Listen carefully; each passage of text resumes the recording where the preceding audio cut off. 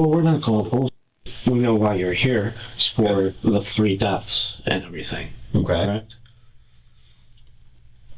Okay, well, obviously I did it. Sorry about all this, you know. I didn't want to do any of it, man, to be honest with you. This is 25-year-old Shelby Nealy. She has been in the interrogation room for less than 10 minutes. No one has laid out the evidence yet. No one has walked him through the scene. But before the detective can even work toward a confession, Shelby gives him one. He connects himself to 3 bodies found inside a home in Tarpon Springs. The detective does not react much. He doesn't interrupt. He lets Shelby keep talking because the 3 bodies inside that house are not the only reason this interview matters. There is a 4th person connected to the case. A woman who has not been formally reported missing. A woman whose phone has been sending messages to her family for almost a year. And in a few minutes, Shelby is going to tell the detective exactly where she is. But before the interrogation can make sense, the story has to go back 3 days to a welfare check that starts with this 911 call on January 1st, 2019.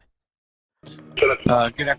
I live in West Palm Beach, and I'm calling about a possible welfare check on my father. He lives in Tarpon Springs. I've been trying to reach him since just before Christmas, and without any luck. Him and his wife. What's the name of the person we're going to be checking on? Richard Ivancic, Ivancit, and his wife's name is Laura. The officer who responds to 1954 Juanita Way does not make it to the front door. Before he can even reach the entrance, something in the yard stops him. There's a large hole, like a trench, a large hole in the front yard. It was adjacent to the driveway, the carport area. It was only a few feet from the actual driveway itself. Honestly, looked like a grave. It's a chilling preview of what is waiting inside, but the officer doesn't know that yet. Trying to understand what he's just walked into, he begins a careful perimeter check. I basically walked around the outside of the house, checked the doors, windows. I noticed a lot of flies on the windows and pretty much checked the perimeter before we even attempted contact or make entry into the home. A shovel and rake are also leaning against the wall nearby. The dirt on them appears to match the dirt piled beside the hole. Whoever dug that hole didn't bother to put the tools away, like they were planning to come back to it. But it's the smell coming from inside the house that confirms the officer's worst fears. As soon as I got closer to the residence, I noticed an obvious odor of human decomposition. Officers who have worked death scenes know that smell immediately. This one is strong enough that he stops before going any farther and calls for backup. After backup arrives, officers finally enter through the unlocked screened porch and sliding glass door. They find a house that looks trashed. Fast food wrappers, dirty diapers, spoiled food, and toys are scattered across the floor. But beneath the mess, officers begin noticing things that feel far more sinister. And on the tan couch, when you're facing the couch, the left side, which would be the right arm, appeared to be saturated with blood. There appeared to be spatter on the back of the chair, the right chair or that area of the couch, and then also the front where the leg area where your legs would rest against the couch also had appeared to be blood staining, and the couch was oddly placed. There was a doorway to another room, and the couch was positioned in such a way that you couldn't access the other room. In another room, officers will find a drop cloth spread across the floor. It looks newly opened, with the package creases still visible. Patio blocks hold down the corners. As they move from room to room, another detail emerges. Across the house, paint has been applied in patches, as if someone was trying to cover up specific marks. It's not neat, and it does not look like normal painting. The more officers look around, the more it feels like someone tried to conceal the scene instead of clean it. Then officers reach the back rooms, and what they find behind a closed door changes everything. So as we went down, there was one main hallway in the home. I did, from the second door on my right, I did notice, obviously the odor was significant. I did notice like fluid, consistent with like human decomp. And the floors were laminate, so you could see the fluid kind of leaking out into the hallway underneath that one closed bedroom door. Behind that door, they find the first body covered with a drop cloth. When the covering is removed, officers see paint and what appears to be baking soda on the body, with an orange camouflage-like blanket underneath. The room itself is chaotic. On the bed, there was various chemicals such as bleach, pine sol, some other cleaners that appeared empty and just thrown on the bed. A paper shredder had apparently been dumped. There was loose shreddings from a paper shredder on the bed. There was a gallon container of roofing, like basically like a roof sealant with the top off of it just randomly laying on there. The walls had paint and eggs all over them. On the dresser, there was, I believe, 3 different incense holders and incense that was in various stages of burning. There was Glade products scattered throughout the room. In the master bedroom, they find the second body. A man is lying face up on the floor, partly rolled inside a carpet. And oddly enough, there was a lot of head trauma, and there was like latex paint dumped, almost looked like it was poured out over top of the individual. And that color paint was the same color as the exterior of the home. The room around him is ransacked too. Orange paint is splattered across the wall behind the bed. The mirrored closet door is marked, drawers are open, items are piled on the bed, and trash is scattered across the floor. The officers step into the connected master bathroom and find the third body. It's a woman, partly wrapped in a carpet or rug. A red towel is laying over her, and parts of her body are covered in paint. The bathroom looks just as disturbed as the rest of the house. Paint covers the sinks and mirrors. Near the toilet, there is more paint splatter, along with what appears to be egg on the wall. The victims are identified as 71-year-old Richard Ivancic, his 59-year-old wife Laura, and their 25-year-old son Nicholas. That is enough for detectives to pull back, secure the house, and start asking the first question that matters. Who did this? The forensic team cannot fully process the house until a search warrant comes through, so detectives start with what they can do outside. They begin canvassing the neighborhood. They talk to neighbors, looking for anyone who saw the victims, noticed a vehicle in the driveway, or remembered strange activity around the home. There was a young man outside the residence on 2 occasions. I saw him and he was doing what looked like landscaping, but he was digging a trench, and it was about 3 to 4 feet deep, and at the time I saw him, it was at least 6 feet long. I remember telling my friend in Wisconsin that there's some guy digging what appears to be a grave outside of this house, but I said, it's just odd that he's out there digging this trench. Some of them had also noticed another strange thing before the police arrived. The air conditioner had been running all day and night until it iced over. Eventually, someone pulled the fuse because they were worried it could become a fire hazard. Once the search warrant comes through, forensic teams begin processing the home. It's photographed, recorded, and processed room by room. They document the visible blood, collect trace evidence, swab the bodies, lift fingerprints from objects across the house, and collect anything that could explain what happened. After the visible evidence is documented and collected, investigators begin luminol testing, a chemical test that can react to traces of blood even after someone has tried to clean it. The results came back positive across multiple areas of the home. In the kitchen, luminol reacts on a refrigerator and a nearby wall. In the laundry room, investigators find a mop sitting wet in a sink, with its bucket turned upside down over it. The mop tests positive for blood. When they remove the bucket, they see reddish-brown discoloration running from the mop toward the drain. Inside the washing machine, investigators find a Punisher logo shirt and a pair of shorts marked with paint and chemical staining. While the forensic team works through the physical evidence, detectives begin looking for anything that could point them to the person behind it. They find one on the kitchen counter.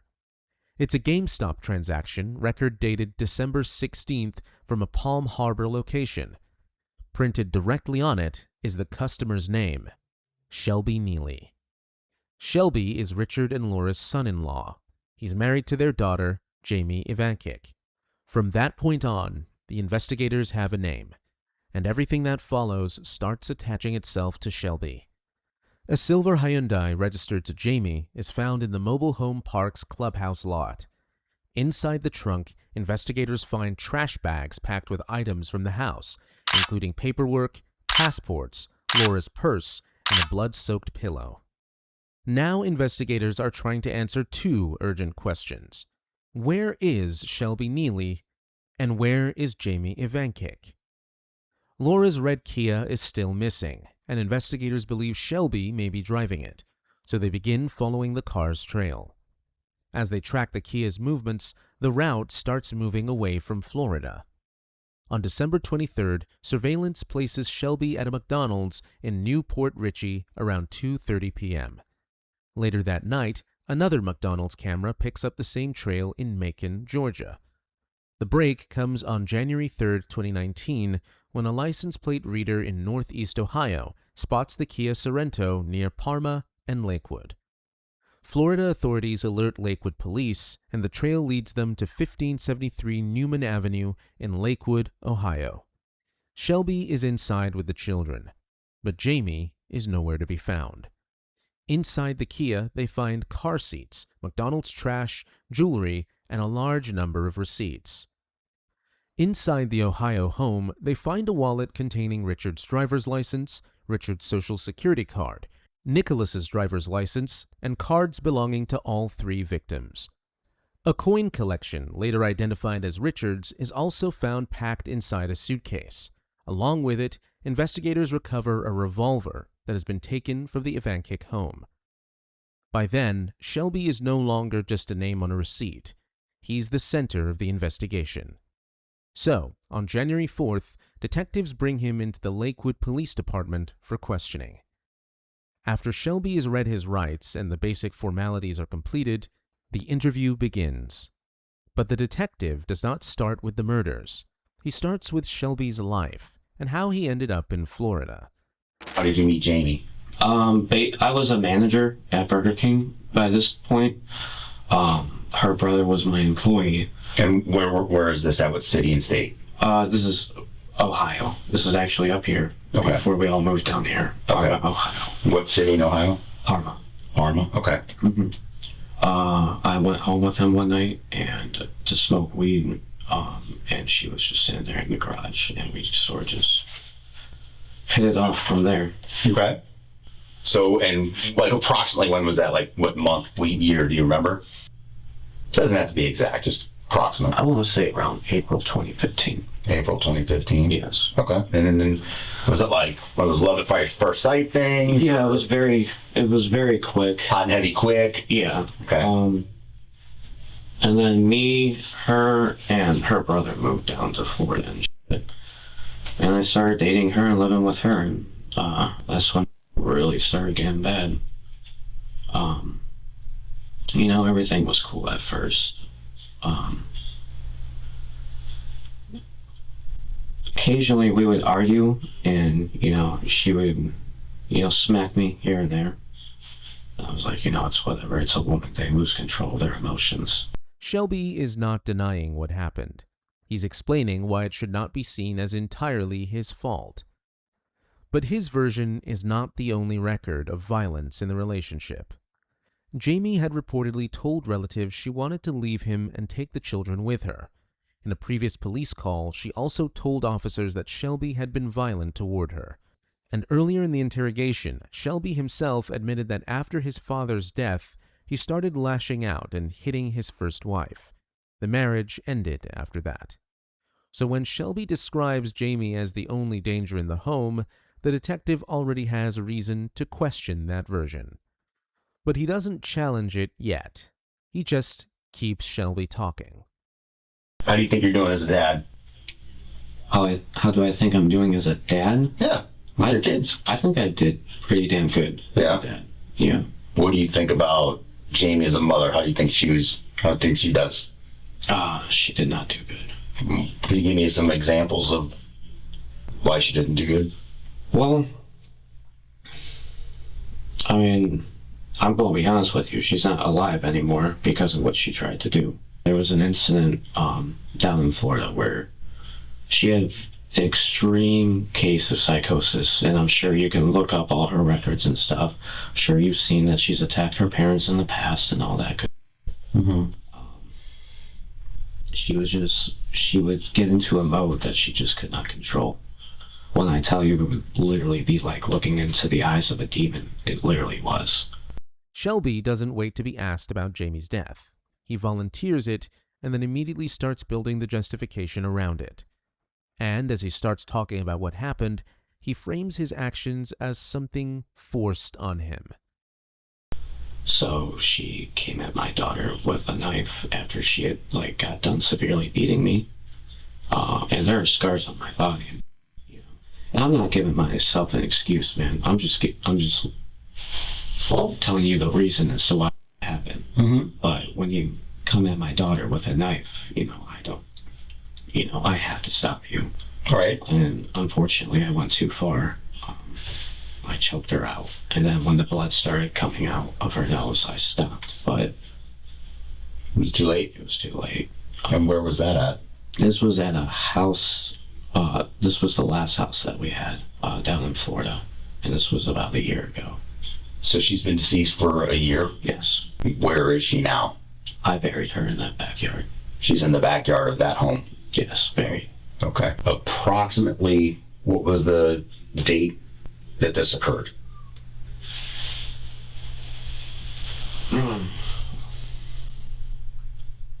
It literally happened around the year last year ago. Approximately a year ago? Literally in the beginning of 2018, January.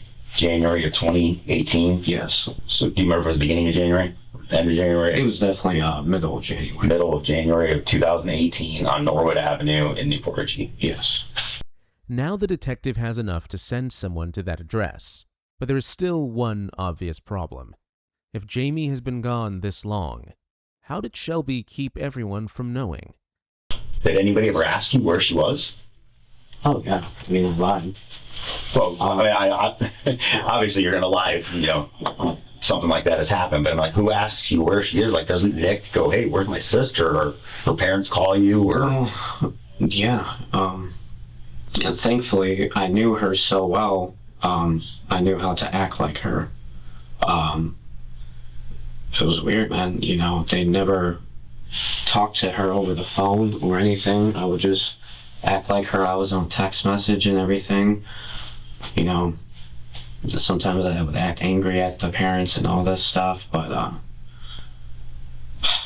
would just feel bad. So I would send them pictures and everything of the kids because they were persistent. After Jamie's death, he even asked Richard and Laura for money while pretending to be her. They gave him $1,000, thinking they were helping their daughter and her family. To stop people from asking too many questions about Jamie, Shelby had different explanations ready. Depending on who asked, Jamie was either in a hospital, a mental health facility, a psych ward, or simply at work. He even made up a story about a debt collector connected to the old house, making it seem like this person could somehow find Jamie if she came back to Florida. Each version gave people just enough reason not to push harder. Later, investigators also found that Shelby was not only impersonating Jamie over text, he was managing her social media accounts too, posting and reposting in ways that made it seem like she was still alive and simply distant from her family. And when Jamie's family was dead too, Shelby used the same pattern again. He sent messages from Laura's phone, pretending to be her, to keep people from finding out what had happened inside the mobile home. Back in the interrogation room, once Shelby explains how he kept the lie going, the detective brings him back to the original scene and starts tightening the details. When this occurred, when you choked her and she passed away, what room of the house were you in? What room of the house? Yeah, where were you in the house when it happened? Living room. The living room? Yeah. Okay. And you said that she was coming at your daughter, Bella, correct? Mm-hmm. And she had what did she have? She had the butcher knife. Butcher knife? So you're saying, was it like raised up? Like no, dude, she was coming at her. You don't understand. When she gets into those modes, I've seen her mom get in front of her, and she smacked her mom like it was nothing. Mm-hmm. Like, she had schizophrenia, bipolar, and... Undiagnosed, right? That's what you think she had? Or No, was it it was diagnosed? diagnosed. It was diagnosed. It was Okay. diagnosed. Okay. She was, during her childhood, she was seeing nothing but psychiatric doctors, and especially in her teenage years, because she was a wild child. Her parents would let her stay out till whenever. She would come home at 6 o'clock in the morning. She told me she did 30 hits of acid in the course of 2 months, which is insane. It's like... Okay. Do you remember the time of day it was, or was it at night when it happened? It was midday. Midday. When you said you intervened, were you injured at all during that episode? Yeah, that's what that's from. So the scar on your right forearm that you're showing me, about mid forearm, that was from the incident, January 2018, from Jamie. When you intervened, you got cut with a knife, and then you... Well, this was before the intervention. She had already beat me up. I was already cut up and everything. But I'm saying on the night you killed her. Did you get injured that night? Yes. So when you intervened between her coming at your daughter with the knife, you sustained that injury. Okay. In the living room of the home in Newport Richey. Yes. Okay. When you put her in the grave, you cover it. Did you do anything to like disguise the top of the grave, like put leaves over it or anything? Because I've seen, you look at the backyard, you don't want to see this fresh pile of dirt. Yeah, no, I put something over it. It was we had a bunch of like these wooden, oh god damn it, what are they fucking called? Not wooden planks, but like, basically there was a bunch of shit that could have been used for construction in our backyard that I like put over. Just laid it over the top of it. And what did you do with the excess dirt? Just spread it around the yard, or? Oh, I just put it all in the grave. It all fit in there. Oh, and I just like smoothed it out and then put stuff over it. Okay. Is there anything else that you want to discuss about that incident that you think's important, or that you want to get off your chest? Well, no, I mean, this is the type she did to me. And what was that from? Fingernails, a knife, or? This was a knife.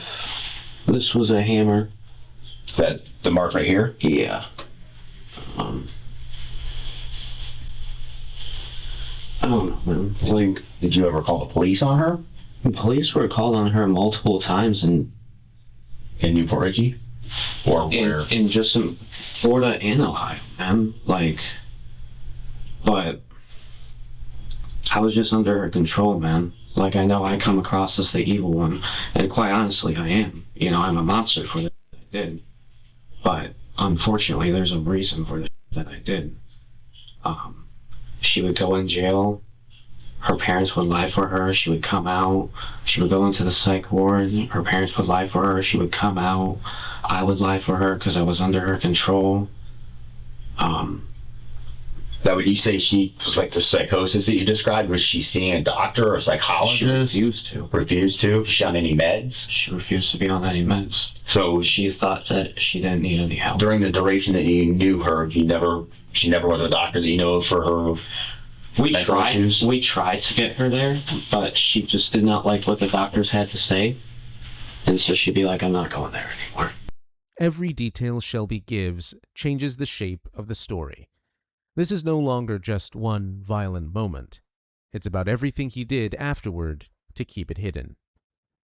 For now, the detective has enough about Jamie, so he moves on to the next part of the lie, what Shelby did after she was gone. So you leave Pasco County. Where do you go to with the kids? Ohio. You go back to Ohio? Yes. And you stay with who? I stayed with myself. Stay with yourself? Yeah, I had some money. I threw down on a place. I buy a place in Elyria. I tried to make it work. I even got a job and everything, but people just weren't babysitting my kids. Babysitting was hard to come by. Mm-hmm. And of course, during that time period, I was afraid to get on welfare because it's like they're going to be looking for Mom. They're going to be like, where the f*** is mom? And then, so I left there for like a couple of months, and then I can't make it.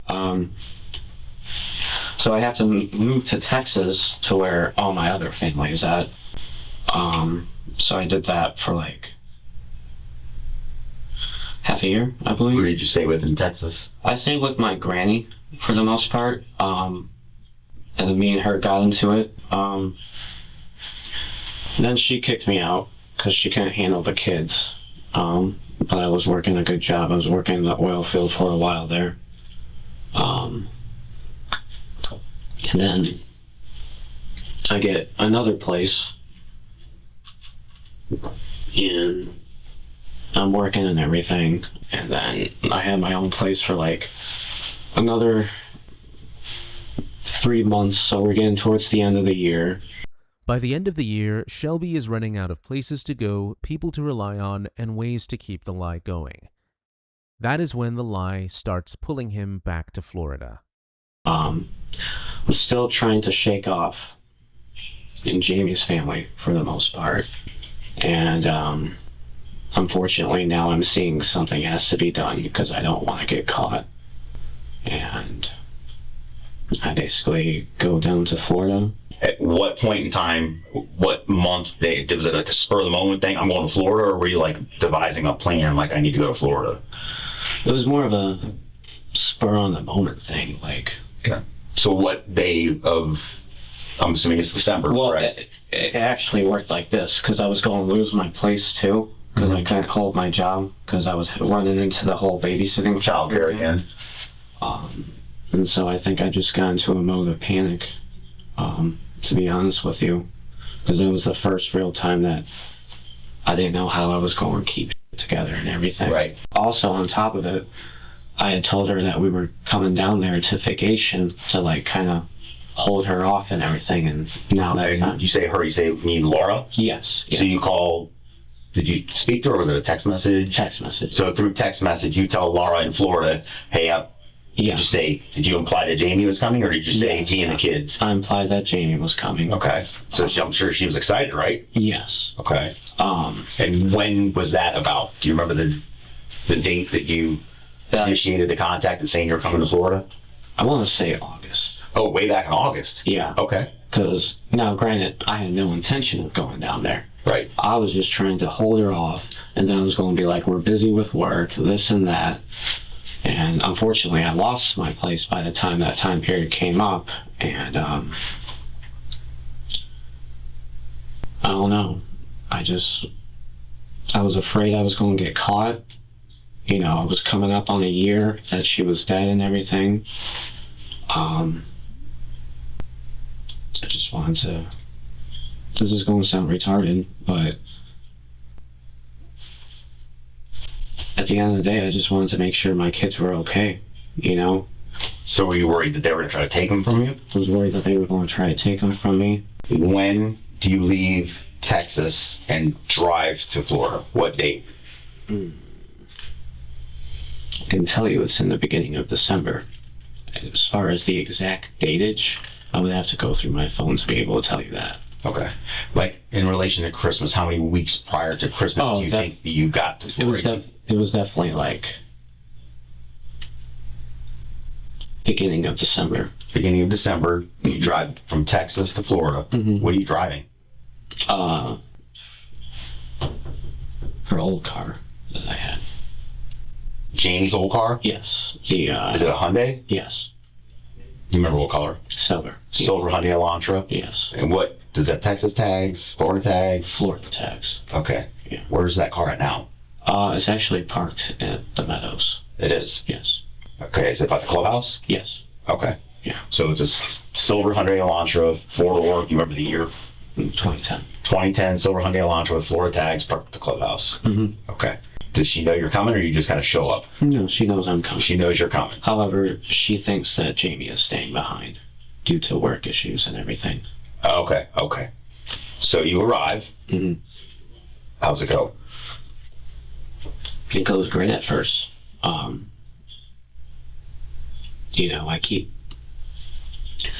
I kept putting off killing them. Shelby doesn't hesitate or try to soften what he has just said. He says it almost casually. The detective stays quiet. The more casual Shelby becomes, the more specific he gets. I tried to look for every alternative not to do it. And of course, I didn't have to do it. There was no reason for me to do all this. But I felt bad. I kept putting it off. They were enjoying time with their grandkids. And At what point in time did you decide I have to kill them? Was it when you were driving there? No. I fought with it literally up until I did it. Okay, so when was your first thought of, I need to kill them? Oh, it was definitely on my way there. While you're driving there, Yeah. you're thinking to myself, I need to kill them. Yeah, if I'm going to survive and raise these kids and not get caught. And then I get there. Because they pose a threat to what you believe was a threat to your custody of your children. Well, not even the custody, me getting caught, and I didn't want them raising my kids. I'm there for probably a good 2 weeks before I kill them.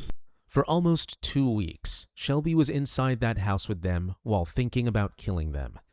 But the moment came when Richard and Laura got too close to the one thing he could not control.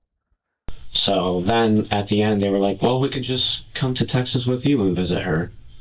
And then on that day, So is that when you decided I have to kill them because they're getting too inquisitive? Is that why? They weren't even inquisitive, man. They were always trusting of me. They And do you remember what the date was? December 15th and December 16th.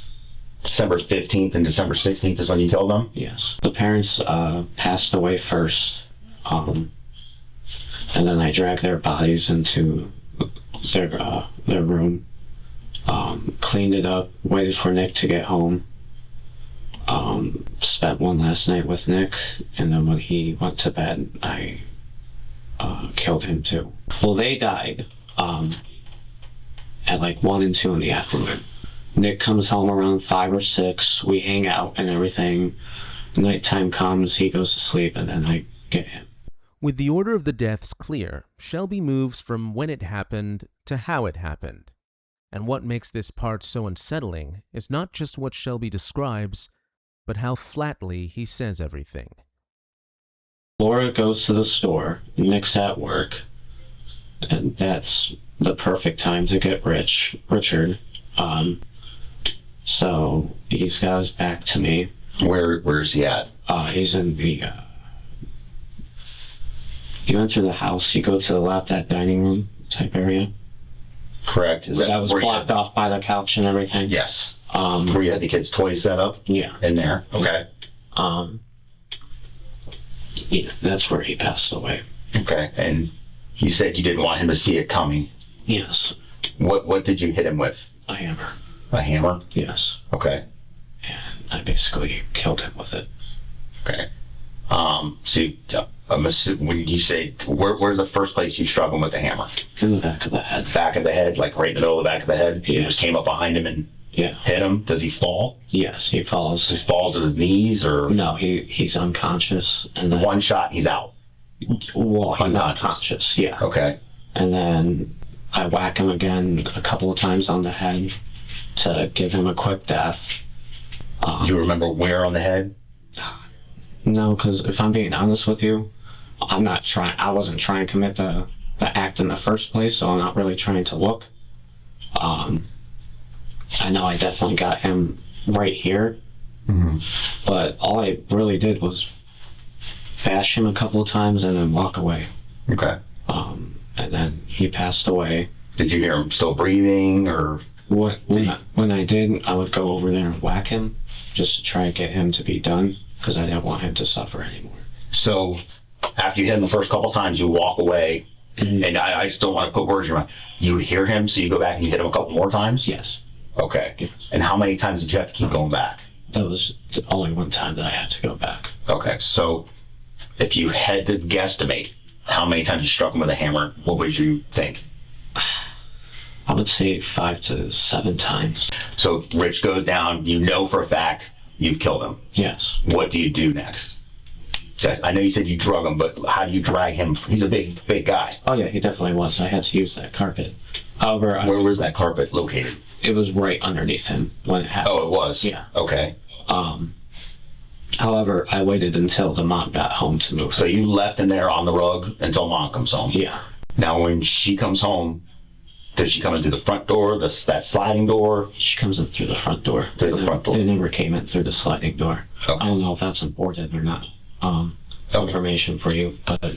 So where are you at when she comes in the front door? Oh, I welcome her and everything, and then she's walking towards the kitchen, and then I get her before she sees anything coming.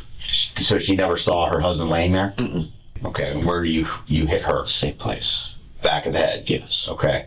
She drops immediately? Mm-hmm. Okay. And then... So she's in the same room as her husband? No, she's in a different room. Where? She is in the living room, walking towards the kitchen. He's in the dining room. Okay. Towards the left and everything. So you hit her in the back of the head. She drops. Yeah. How many more times do you hit her? I would definitely say I hit her a good 4 to 5 times because after dealing with Rich, I saw that, You want to make sure. Yeah. I want to make sure that you're dead and not suffering because that, I know it's up, but that was the last thing I wanted was for him to suffer. Investigators already have part of Laura's final timeline. Receipts from December 14th place her at CVS around 12:33, Chase Bank at 1:03, Murphy's Market at 1:16, Cracker Barrel at 2:27, and Walgreens in Port Richey at 3:45. After that, the trail stops. So when Shelby describes where Laura came in and how he attacked her, the detective is not only listening to a confession, he's checking Shelby's version against the timeline investigators had already built. So they're both down. Drag both of them. Which one do you drag first? Definitely Rich. Rich, he's on the area rug? Yeah. So you gotta tell me how you did it, because he's a pretty big dude, and I'm not taking this offense. You're not near as big as he is. Oh yeah, you had to busted your ass to get him back there. God, did I ever. Yeah. How long did it take you to get him from there down the hall and into the room? Dude, honestly, only 5 minutes. Probably your adrenaline through the roof, right? Yeah. I mean, you gotta be do you know when Nick's coming home, or is it oh, I gotta get going, Nick could come home, I gotta get them out of the way? At that point, I didn't know when Nick was coming home. So you're right. Definitely adrenaline played a big part into it, I think, moving him. But yeah, I got him out of there in 5 minutes. And then I moved her in there. And then I cleaned up all the blood with the mop and everything. And how did you get Laura into the bathroom? There was another rug that was close to her. I threw a towel on her. Sorry, I'm fine. And then I put her on the rug, and then I dragged the rug. At this stage in the interview, Shelby is no longer just admitting involvement. He's giving the detective concrete details that can be compared against the crime scene. You're playing with the kids until 5 or 6 when Nick comes home. Yeah. Okay. So he comes home. Tell me what happens when he comes home. Here's how it happened. We're watching The Grinch and everything. He gets tired. He goes to sleep. I wait until I think he's asleep. I fall asleep myself. And then I wake up at 3, 4 in the morning, and then I grab the hammer, I tiptoe to him, and then I do what I did to them. I don't like saying it, but I do what I did to them. Same thing, same hammer? Yeah. So the same hammer you used the same hammer to kill all 3 of them? Yes. I crack him right here. In the temple? Yeah, and then I just keep hitting, like 7 to 8 times. Is it any time does he wake up or? He like jolted awake at first, I think, but his body was in too much shock to like really process what happened. Right, like he never like opened his eyes or said anything or anything like that. No, none of that ever happened. So you kill him on the couch. Okay, then what do you do with his body? I take it into his room. Did you put him on anything or do you just drag him? I covered up his head and everything. Granted, I did it in the dark, and for some reason I knew that I'd f***ed him up the most out of everybody, and I don't know how. And how did you know that? Just from the facial damage that you saw? I didn't see any facial damage. You said you knew you f***ed him up the most, so I was assuming that you saw the damage. No, because like blood went everywhere, and that was as you're hitting him, blood's going everywhere. Yeah, that was the first time that happened. So. Okay. So when you hit the other two, it wasn't. Yeah, it wasn't a splatter ray. Okay. On hand it was. And then I have some towels underneath, or a blanket or something. It was a blanket. It was a blanket I had. Is that the orange and black one? I think so. Whichever one that he was on. Okay. Everything. I take him and I drag him into his room. And then I clean up the area. I made sure that they, except with him, unfortunately, I made sure that they didn't feel any pain. They basically died instantaneously. But the autopsies showed something very different. Richard had at least 7 blows to the head, Laura had at least 5, and Nicholas had at least 3. So even when Shelby tries to describe the attacks as quick, controlled, and almost merciful, the medical findings tell a much harsher story. With the specifics of the murders now established, the detective moves to what came after. Because the scene Shelby has described is not the scene investigators found when they walked into the house. I did go grocery shopping at Walmart to get myself a couple of things to like help be easier for me. Like I grabbed spray paint to like spray the walls and everything to get the blood off. The Krylon? Yeah. Like which Walmart? The one in Tarpon Springs? Yeah. Or did you go to a different one? Tarpon Springs. And do you remember what the date was? I would say it was 16th. 16th, you went to the Walmart in Tarpon?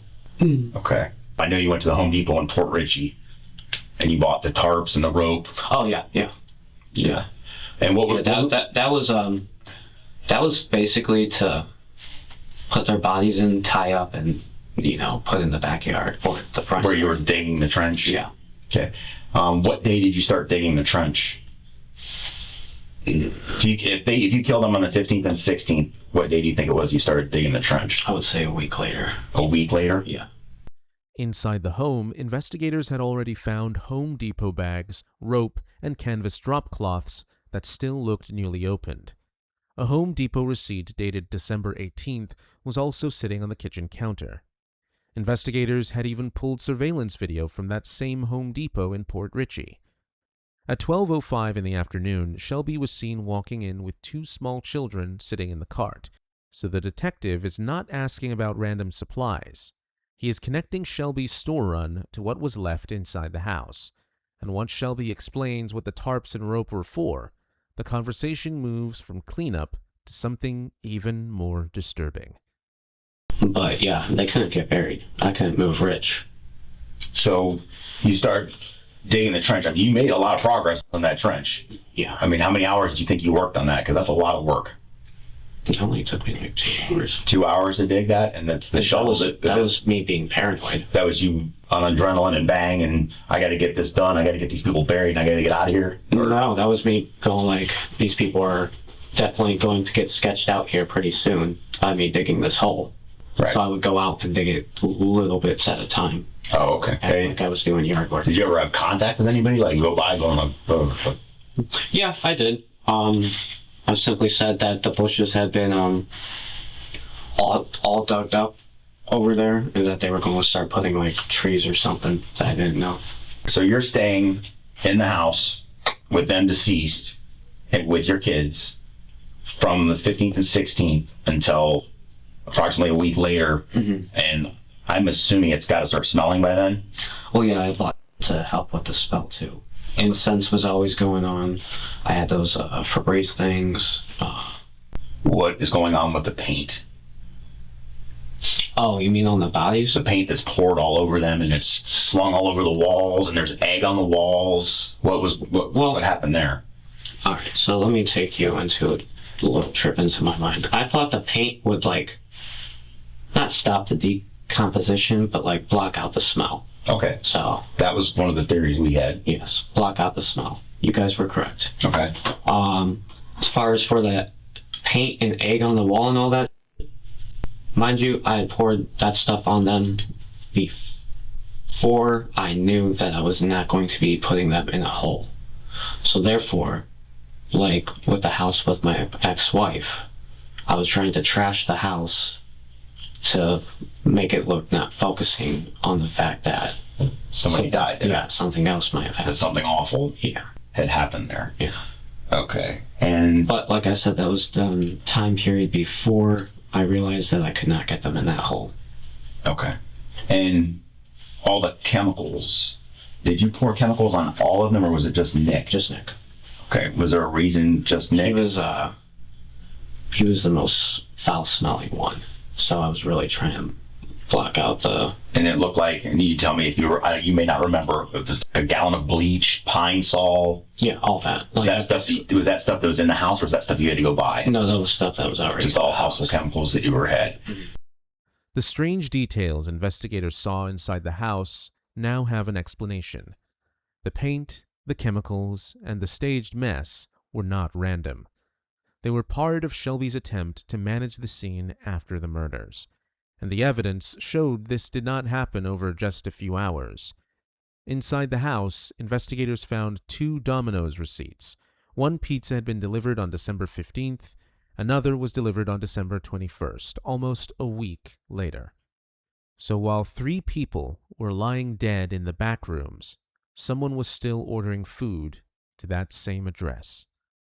Between December 16th and 18th, surveillance footage also showed Shelby at pawn shops selling Laura's jewelry. Digital records later add another layer to that timeline.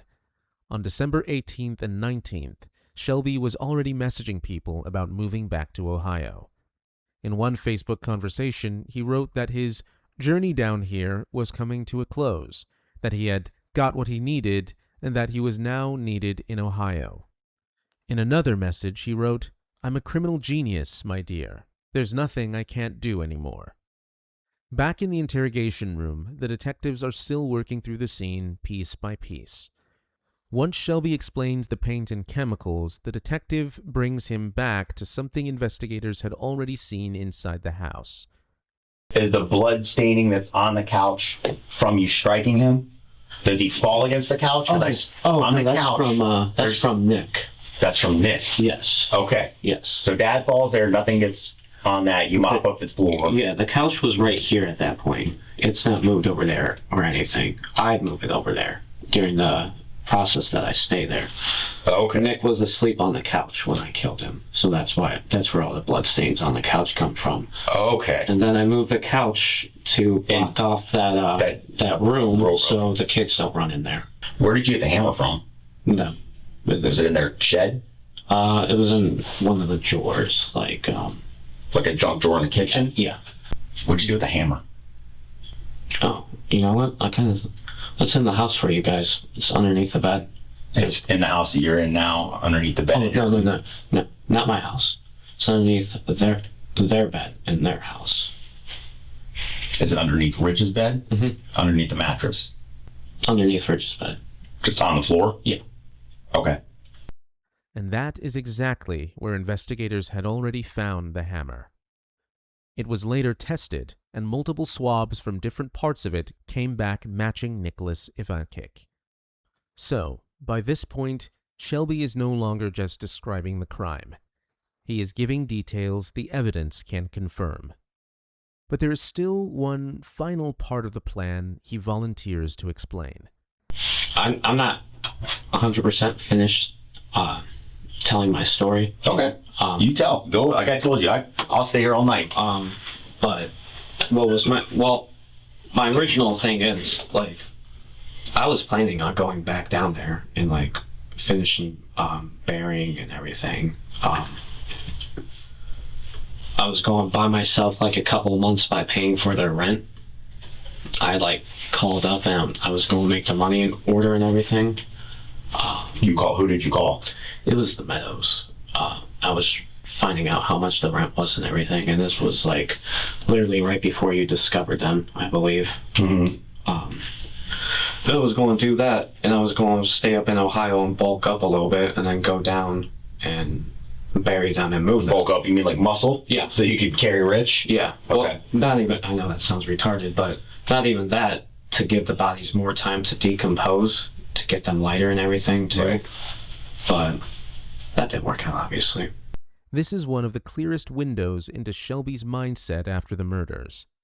Even after leaving Florida, he still believed there might be a way to go back and finish what he started. But investigators reached the house before that plan could happen. Do you mind if I ask you something? Sure. You know, since I'm being cooperative, I'm just interested. Where did I pick up with the car? Like, how'd you guys catch up to me? Was it the car that got me? I mean, I know I left it behind a bunch. I'm just curious. There's a lot of things. There was no real one, like, thing. There was a lot of things. I mean, you did things I think you may have thought you were doing them carefully, but you didn't. Okay. You know, I'm not going to go into specifics. Don't give me specifics. There's no reason to. Yeah. I will say this. There wasn't one thing. So you can't beat yourself up over, like, man, if I'd have just done that one thing. You did a lot. Okay. It was traceable. Okay. Okay. Yeah, I'm sure you're probably very surprised with my cooperation, too. I hope I made your job easier. Well, I know I did, because I could have been sitting here lying blue in the face. I could have been like, I'm not talking to you until I have an attorney in front of me. Shelby still wants some control over the room. He wants the detective to see him as helpful, but the damage is already done. He came in trying to explain himself, and by the end he had explained almost everything. With no more questions for him, Shelby remains in custody at the Lakewood Police Department while detectives continue building the case. On January 6, 2019, detectives traveled to Pasco County to find Jamie's body. Following Shelby's directions and the map he had drawn, they go to the backyard of 10930 Norwood Avenue in Port Richey. We had a drawing from Detective Anderson, and we were trying to match the drawing he had up to the backyard to see if we could accurately locate the body. With help from ground-penetrating radar, they identify a probable area and begin digging in the yard. We discovered an anomaly in the ground. Initially, we found a rug that was buried about 2.5 feet below the ground. When we lifted the rug up, you could see the first thing that we noticed was a piece of a boot. As we excavated, we found a person wrapped in garbage bags. The person was mostly in the fetal position, kind of inverted. The feet were up, the head was further down in the hole. There was a garbage bag that was put around the lower half of the body and a second bag over the top of the body. The remains are placed in a body bag first. Then the garbage bags are cut away so the body can be examined and photographed. The body was in, pretty well decayed. You could see the skin and things, but it was shriveled up. The body is identified as Jamie Ivancic. The first thing I noticed was several holes through the skull, roughly the size of a quarter. And you can see that in several places on the head. And the skull was not the proper shape anymore. With the fractures that were in there, it was misshapen. An autopsy later reveals that she had been hit at least 12 times on the head. Investigators now have 4 bodies, a full confession, store receipts, surveillance, recovered property, and a crime scene that matches much of what Shelby had described. The case is no longer about finding out who did it. It's about what punishment he should face. Because the murders happened in 2 different counties, Pasco and Pinellas, Shelby is tried in both counties separately. In 2023, Shelby Nealy pleads guilty to the lesser charge of manslaughter with a weapon for Jamie Ivancic's death. He is sentenced to 30 years in prison. And on April 10th, 2026, Shelby Nealy is given 3 death sentences for the murders of Richard, Laura, and Nicholas Ivancic.